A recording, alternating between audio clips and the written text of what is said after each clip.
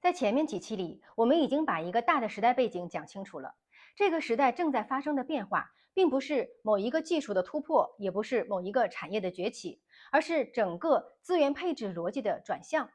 判断一个行业值不值得长期投入，已经不能只看成长性、想象空间或者是短期的景气度了，而是要回到一个更底层的问题：在未来10年，哪些东西是这个世界绕不开的？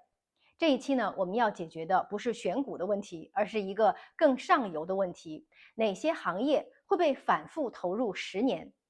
要回答这个问题，首先要把一个常见的误区讲清楚。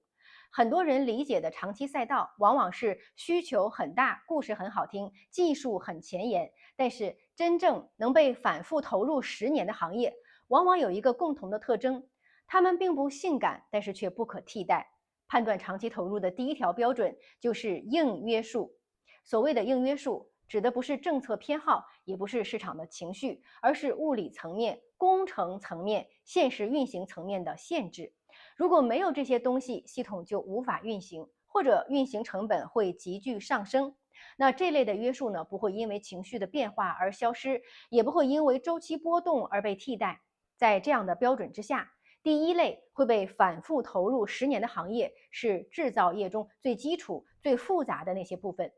这里说的制造业呀，并不是泛指所有的工厂、所有的加工环节，而是指那些承载复杂系统需要长期积累、失败成本极高的制造能力，比如高端装备、精密加工、工业母机、自动化系统。那这类制造业有一个共同点，它们并不是靠一两次技术突破就能够完成的，而是需要在极长的时间内反复试错、反复投入、反复迭代。越是复杂的产品，对制造体系的要求就越高。机器人、芯片设备、新能源系统、航空航天这些领域真正的门槛，从来不在设计图纸上面，而是在能不能稳定、持续、规模化的制造出来。制造能力一旦形成，很难被短期替代。这也是为什么在当前的环境下，制造业重新被视为核心能力，而不再只是成本项。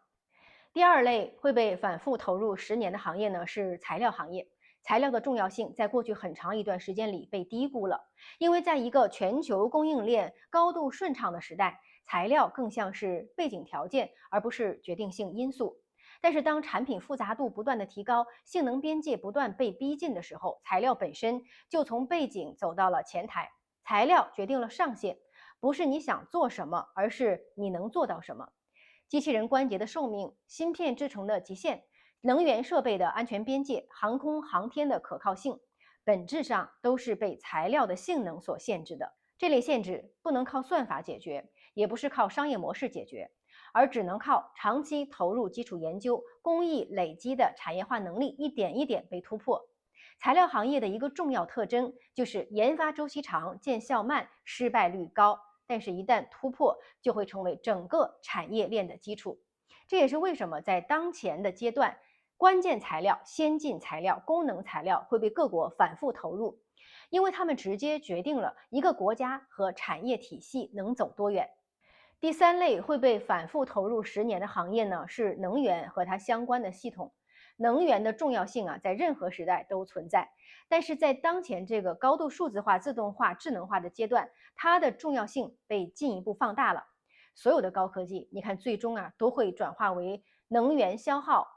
算力需要电，自动化工厂需要电，数据中心需要电，机器人需要电。能源不只是成本问题，而是系统是否可持续运行的问题。当能源不稳定、不可控，或者是成本波动过大的时候，所有建立在其上的高科技系统都会变得脆弱。因此，能源本身以及围绕能源形成的发电、储能、输配电力系统和能源安全体系，会成为被长期反复投入的领域。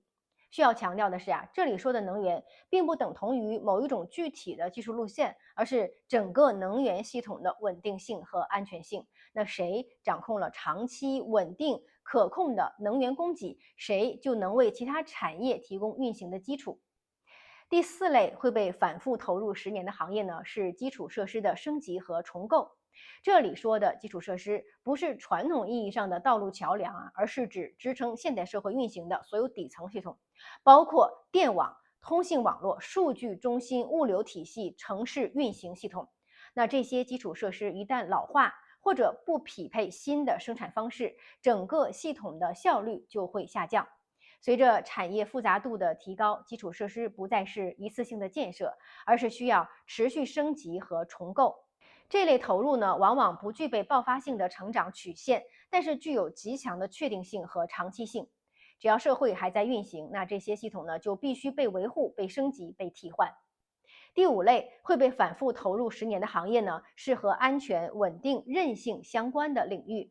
当今世界进入了不确定性上升的阶段，单纯追求效率的逻辑会逐渐让位于安全和稳定。那这并不是倒退，而是系统成熟之后的必然选择。无论是产业安全、能源安全、供应链安全，还是基础设施的韧性建设，都会成为长期投入的方向。这些行业的共同点在于，它们并不是为了解决某一个短期问题而存在的，而是为了让系统在极端情况下依然能够运转。那这类投入往往看起来回报不高，但是一旦缺失，它的代价极其昂贵。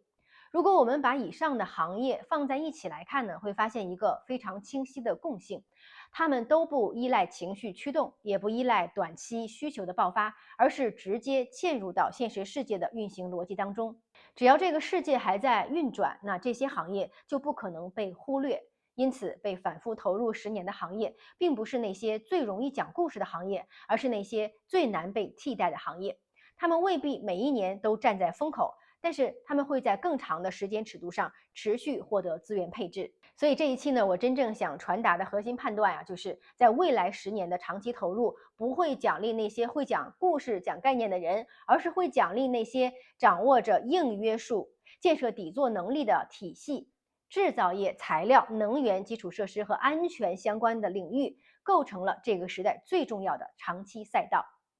那么在这样一个背景之下，下一步呢才会轮到一个更现实的问题，就是普通人如何参与到这些长期的趋势当中，而不被短期的波动和概念包装所反复消耗呢？我是苏涵，我们下期见。